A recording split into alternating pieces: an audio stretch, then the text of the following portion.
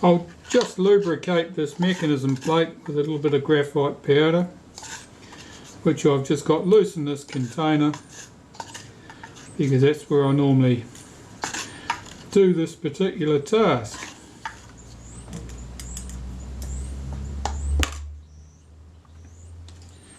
And I need to work that blade actuating ring backwards and forwards.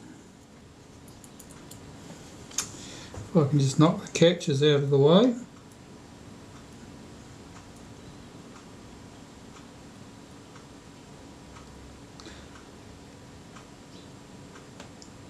That one.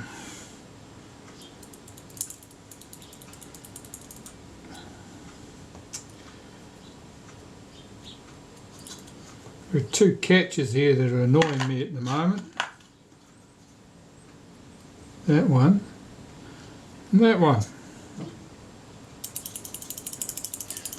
Work that graphite powder in.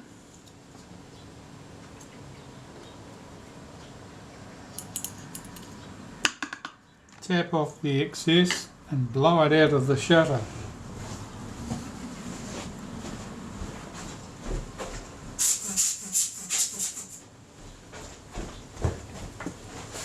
And that is the mechanism plate ready for reassembly. So I'll check that I've got this in the blade open position.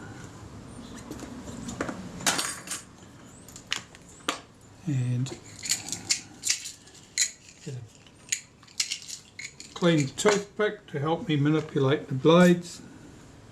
Just looking at these blades and seeing if I want one of them to be number 1.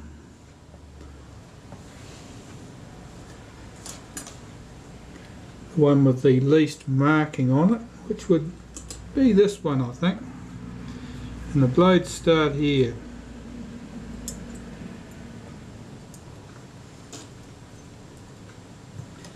I'm flipping the blades over to check which one looks like it's got the least marking on it will be the last one to go on the shutter.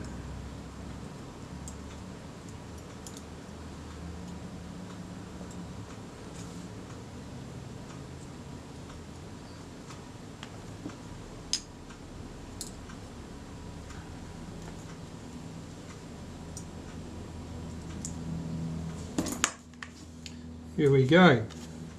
And then the case just gets lowered over the top. It only goes on in one position.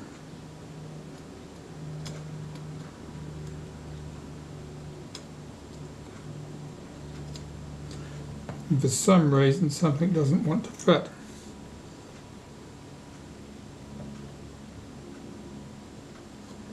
That's better. And as before, I always put the screws in place, always do them up very lightly so as to be sure that if one of the blades has become displaced while I was putting the case over the top, that it doesn't get trapped and get damaged as a result. So the 3 screws go in. Do them up very lightly.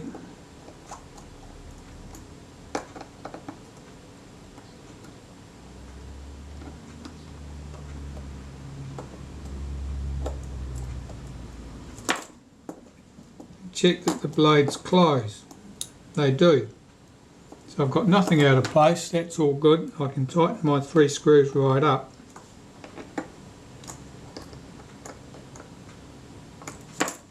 And check that the blades open again and close. They do. That's all moving very smoothly. That's good. I can start with the more of the reassembly process. There's a little patch of glue on that pair of tweezers. I'll just remove that.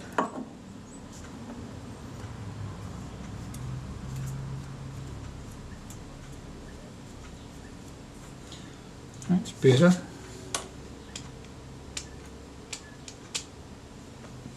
So the springs. Yeah, the springs are always entertaining. This one goes here, and this one is very good at getting away. So I'll hold a toothpick over the centre here so that the spring cannot escape. I'll lift the end of the spring and hook it behind that other pin. Of course, the spring has other ideas about where it would rather be and what it would rather do. This is awkward because I've got to lift it over the top of this spring.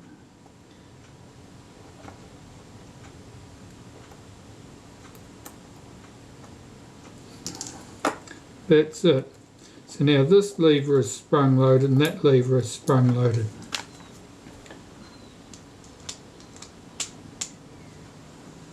This spring is the return. That just took off to the wild blue yonder somewhere. So there it is. Didn't go too far. So easy to lose springs. You've only got to squeeze too hard with your tweezers and the buggers are away. That spring goes on there.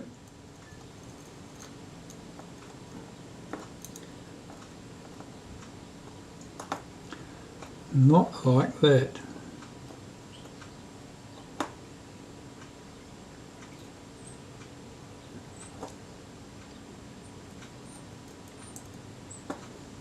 Make sure that's sitting in its retaining groove, it is.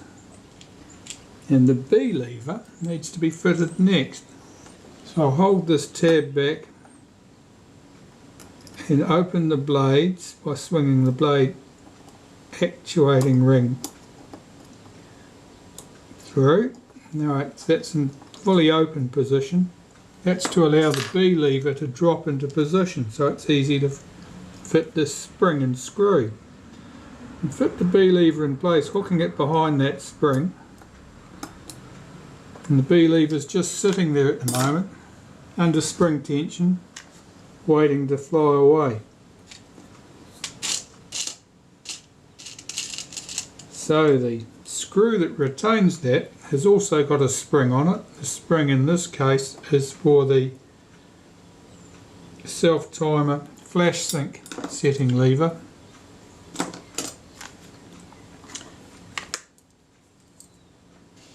And I've got to get this in position here, you can just about see. Of course the shape of the spring is such that it's hard to line the screw up with the screw hole.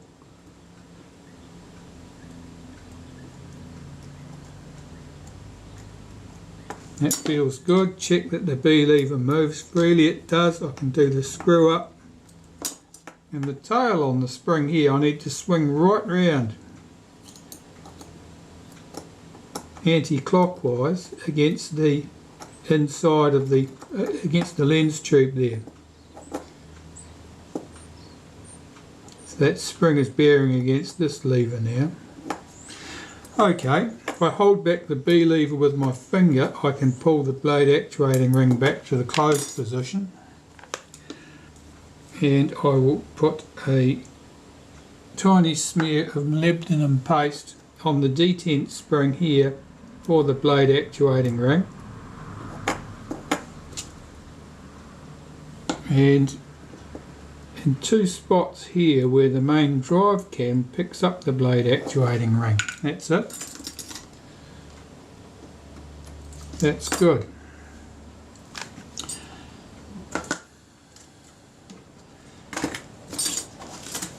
These components, which are the setting lever for the self-timer flash sync and the shim and the aperture setting lever, they are all very oily and I need to clean those before I put them in place. Because if you don't clean components like that, it's just a reservoir of oil to quickly find its way back into the shutter and foul up your shutter blades again.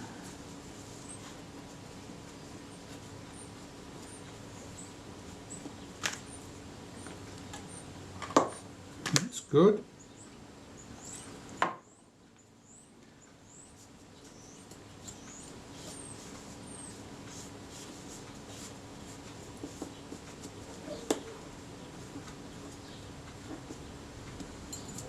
That's good, and this piece is exceptionally oily.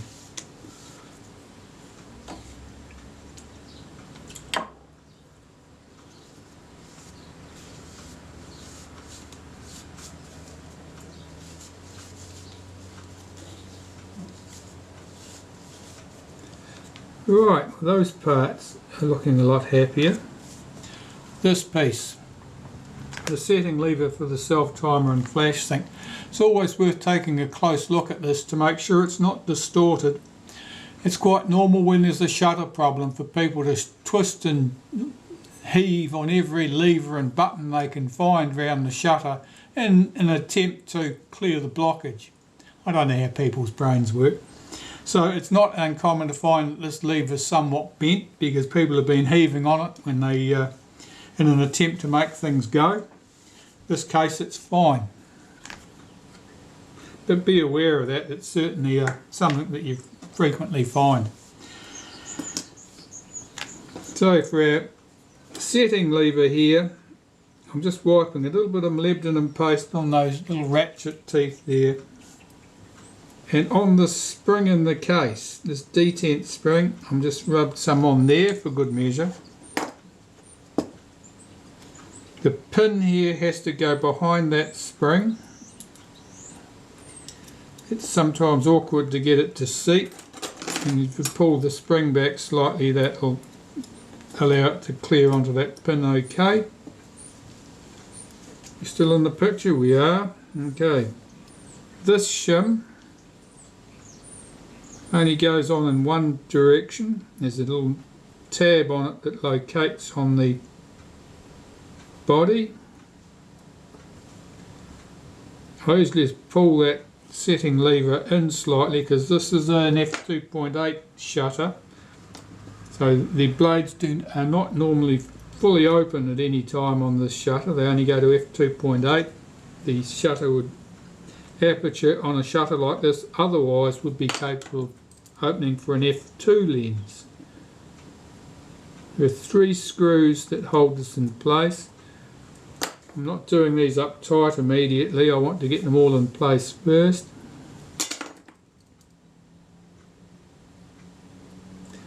The screws are all the screws are quite small. In the shutter, these screws are quite small diameter.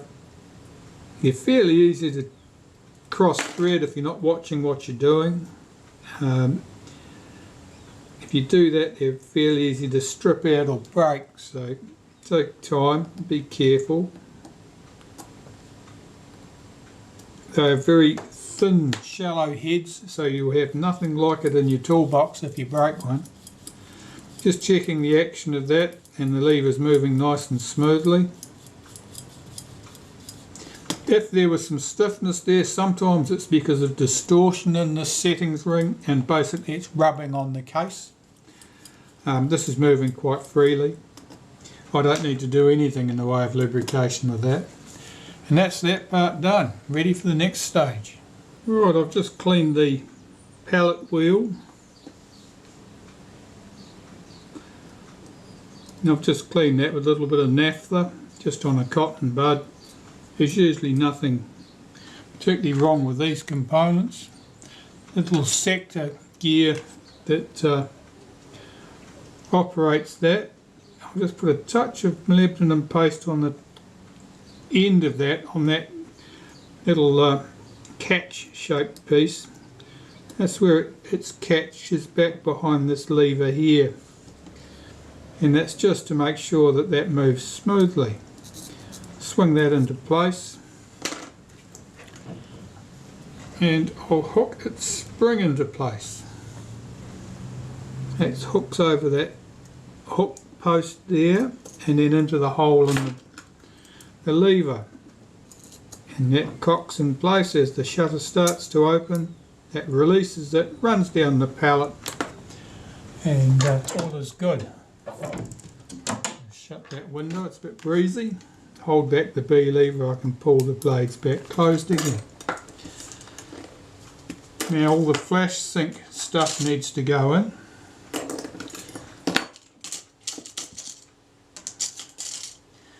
Which means I need to clean this stuff carefully. This cover plate in particular with the lever on it needs to be very clean and free from oil, otherwise you can end up with problems where you cock the shutter but it does not remain cocked, and that happens just occasionally if this is sticky with oil and the lever doesn't drop into position under the tension of its return spring. So these parts, I'll just clean these quickly with a bit of naphtha, taking particular care of these surfaces here where that lever runs over the top of that. These parts are all quite good and there's nothing wrong with those,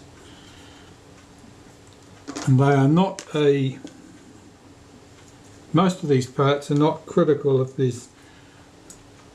they don't cause you any problems, with the exception of that surfaces there. If those surfaces get sticky with oil, you can have problems. Did you see any of that? Probably. Right, let's get this lever in place. It's got a spring on this. You've got to hook it into the case and swing that into position. It goes underneath this little spring here. You probably didn't see any of that, but it's one of those tasks that your finger's in the way. I can't even see what's happening. My finger is in the way.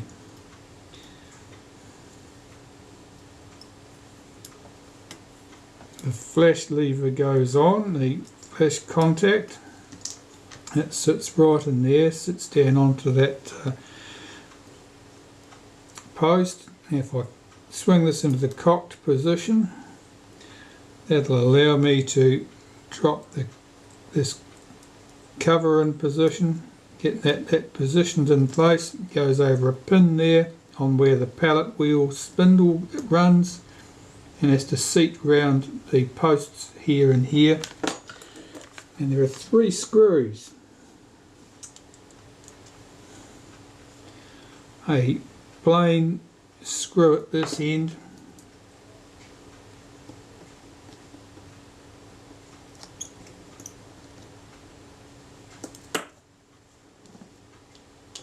now the return spring goes on. The return spring sits at this end.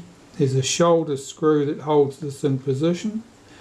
You have to be careful putting the screw in place and doing the screw up to make sure that the spring is rotating freely around the shoulder of the screw, isn't trapped underneath it, unable to move.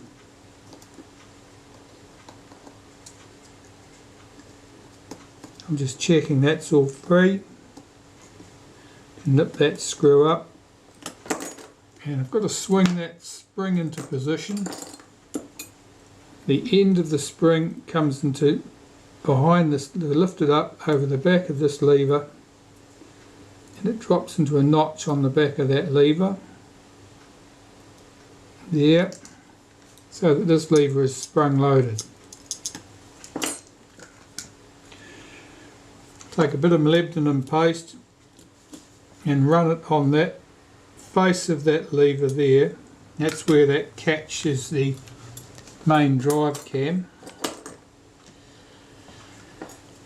The shutter release lever can go in next. Just checking to make sure that this is all straight and unmutilated. It's not unknown for people to want to adjust the shutter release and reach in and bugger around with pairs of pliers and things and end up bending that. This one's fine. It fits in here.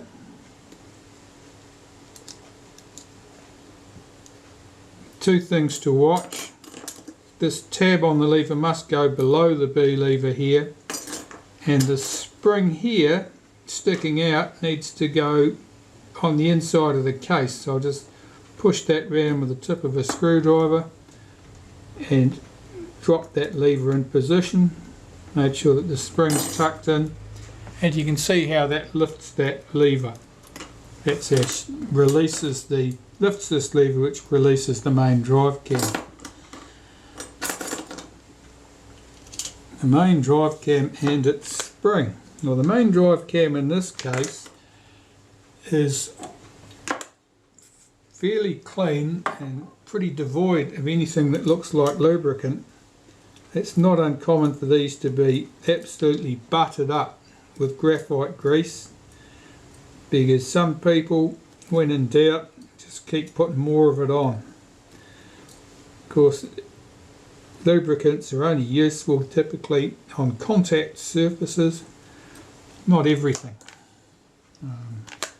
It doesn't do anything useful as a decoration. So there's a few areas I want. Where this picks up the blade actuating ring is on this face, on this face, and that little tab. I usually run some through the centre for good measure. And an area that's really important to do is this curved edge.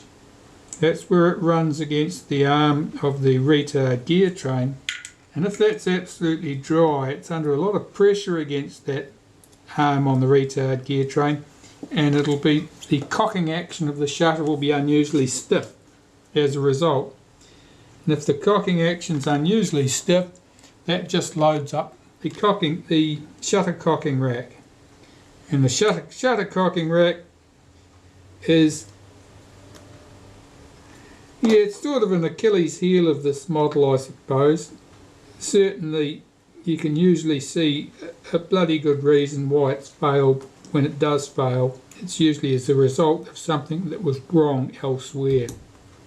But they certainly do wear out, I suppose. Right, so if we cock this shutter and release it, you may see it fire. I certainly heard that and saw it go.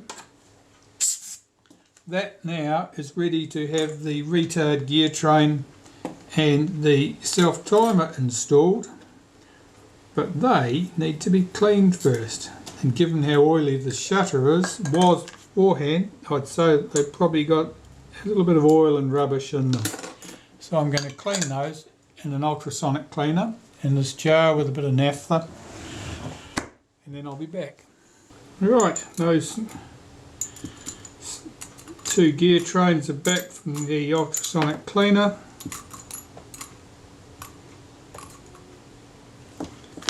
And I'll just blow them out to remove all traces of the naphtha and all the rubbish it may have dissolved in it.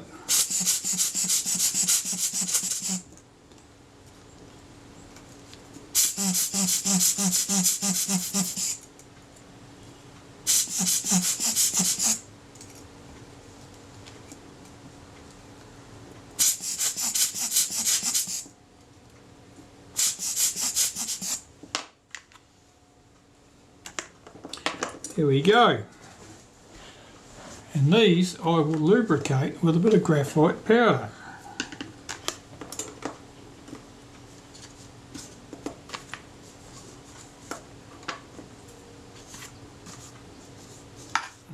That's the first one that comes to hand. I'll read self-timer or delay action. Just let that run. It's running smoothly.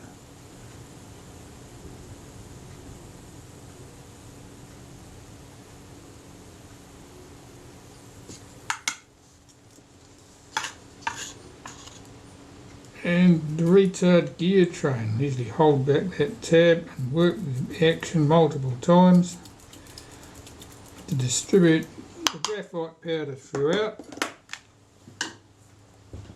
And then I'll just go and blow that powder out of those gear trains.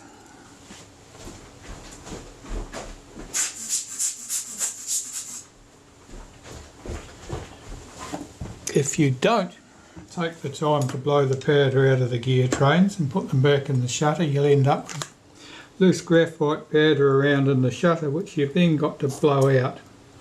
I'll just cock the shutter, take my retard gear train, drop it into place. Now this tab has to be pulled back because it bears against a tab on the blade actuating ring.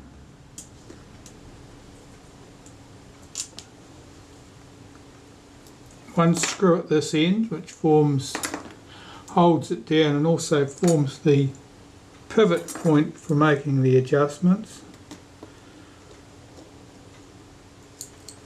Just checking that that tab's loose. And the screw here, the hole in the retard gear train is oversized to allow for adjustment. So you can swing the gear train in for greater adjustment or swing it outwards for lesser engagement rather with the main drive cam. We'll try it right in the middle to start with. Let's tighten that up. And the self timer, likewise, it just needs to go into position. Getting this thing seated sometimes is a pain. There's a screw head on the base of it, has to drop into a hole in the mechanism plate. And for reasons best known to nobody at all, it doesn't always seem to go as smoothly as you'd think. It seems to work. That's just caught behind there. Let's get that in place. Now it's definitely sitting out of position. Let's see if I can get that thing seated correctly.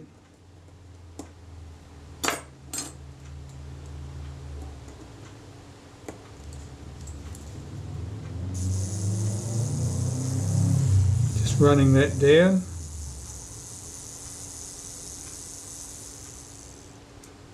It seems to run quite smoothly.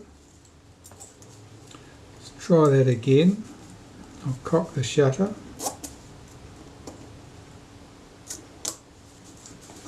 Set the self timer. Release the shutter. I'm running the self timer down.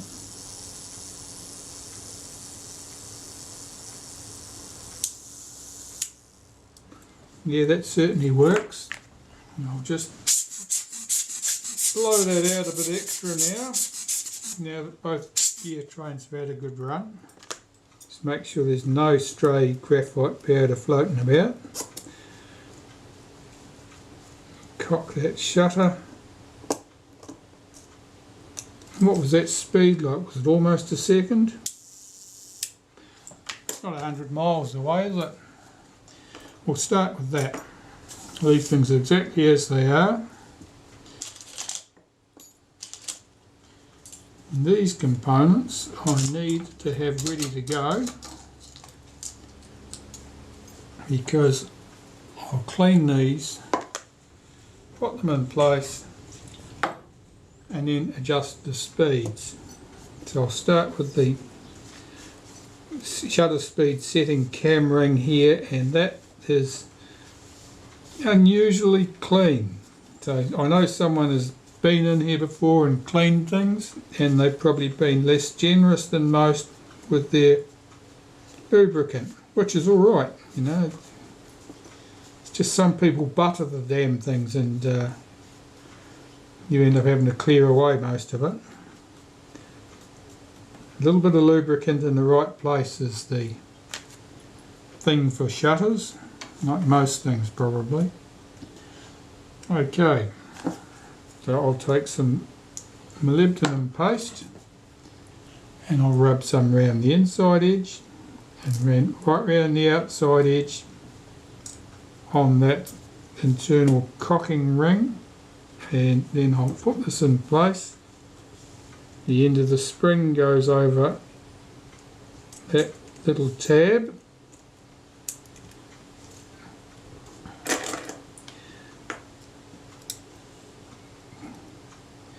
The wee pinion here, I'll just wipe the shaft of that lightly. That drops in. Got to get the teeth engaged correctly. The first tooth on this pinion drops into the first slot on that curved rack. Take some molybdenum paste, run it around the inside surface and that speed cam surface in particular. I don't want great smotherings of it on the inside. And put this in position and see what we've got. Now this would be the 1/8 of the second position. I can tell you without thinking about it, that's too quick. So I've got to swing the retard gear train inwards for greater engagement with the cam, which will slow down the action. So I'll just slacken off that adjustment screw slightly, and I've got to move this end of the cam and this is the retard gear train in very, very slightly.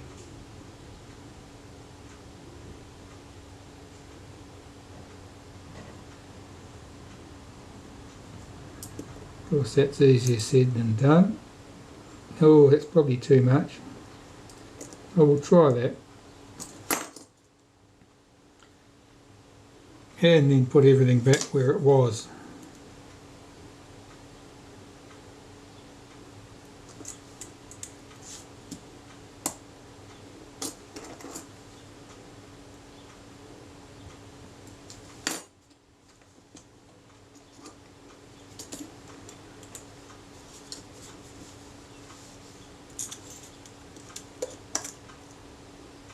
That's the 1/8 of a second position. What do we got?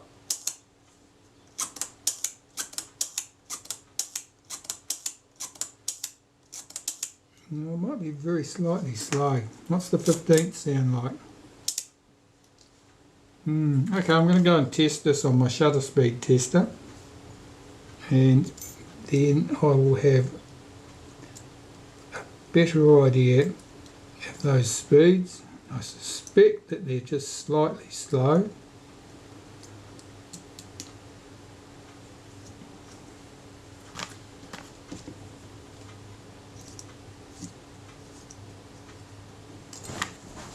Back shortly.